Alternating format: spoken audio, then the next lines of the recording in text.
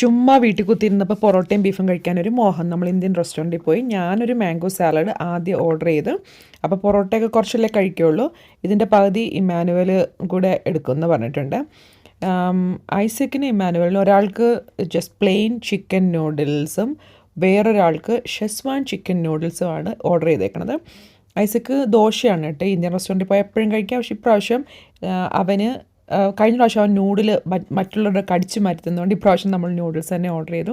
Mango salad എനിക്ക് നല്ല ഇഷ്ടപ്പെട്ടു. ഞാനത് എന്തായാലും ഇനി വീട്ടിൽ ഞാൻ ഉണ്ടാക്കിയിട്ടില്ല കേട്ടോ, അങ്ങനെ പുറത്തുനിന്ന് കഴിക്കുക ചെയ്തിട്ടുള്ളൂ. അപ്പം ഞാൻ നോക്കുമ്പം കുഴപ്പമില്ല, എന്നാൽ ഇച്ചിരി പുളിയുള്ള മാങ്ങയൊക്കെ ഇട്ടിട്ട് ഒരു മാംഗോ സാലഡ് ഉണ്ടാക്കണം. അത് ഉണ്ടാക്കുമ്പോൾ ഞാൻ എന്തായാലും വീഡിയോ ഷോർട്സ് ആയിട്ട് ഇടാവേ. 2 പൊറോട്ടയും ബീഫ് റോസ്റ്റും മേടിച്ചു. പക്ഷേ 2 പൊറോട്ട കഴിക്കാനുള്ള കപ്പാസിറ്റി ഇല്ല കേട്ടോ.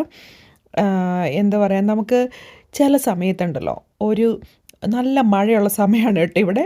അപ്പോൾ പെട്ടെന്ന് എന്തോ ഒരു ഓർമ്മ വന്നു, പൊറോട്ടയും ബീഫും എവിടുന്നോ ഒരു ഓർമ്മ വന്നിട്ട് നമ്മൾ വിട്ടങ്ങോട്ട് പോയതാണ് കേട്ടോ.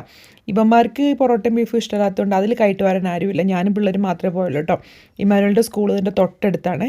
കൂട്ടത്തിലൊരു ചായയും. അപ്പോൾ സ്കൂളിൽ നിന്ന് അവനോട് നടന്ന് ഇങ്ങോട്ട് പോരാൻ പറഞ്ഞു. ഉച്ച വരെ ഉണ്ടാകുന്നുള്ളൂ, അവന് എക്സാമോ മറ്റായിരുന്നു.